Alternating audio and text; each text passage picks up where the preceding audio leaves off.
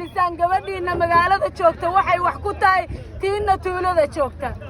baahidiina waxa ka tarjumi kartaan maalinta aad codkiina oo xor iyo xalaal aad diibataan min fadlan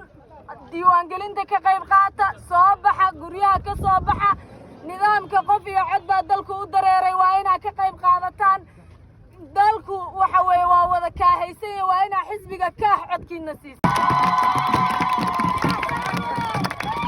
waxaan rabaa inaan idinkugu daro maxay tahay sababta kaaxaan uga xigsanaynaa xisbiyada kale aan idiin sheego dalkan Puntland 24 sano aanu soo joognay oo ku soo caanamaalaynay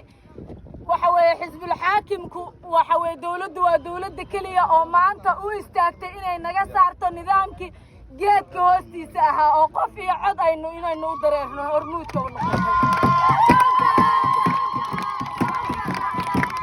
abaalka aanu celinaynaa ha noqdo codkayaga inaanu ka hasiino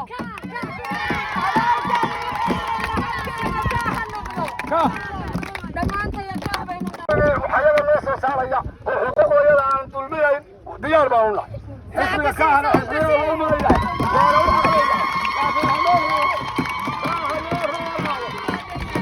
hadduu ilaahay yidhaahdo marka waxaad samaynaysaa diiwaangelinta markii la yimaado 5 bisha si fiican isu diiwaangeliya doorashooyinku waa bilaamayaan dhulkeena waa la imaanayaa gaari waaga waa insha Allah haddii ilaahay yidhaahdo codkiina helaysaan kaahana waxaa ka helaysaan nin walba xuquuqdiisu helaya waxaan laga guuraya nidaamkii hore odayaashu soo dooran jireen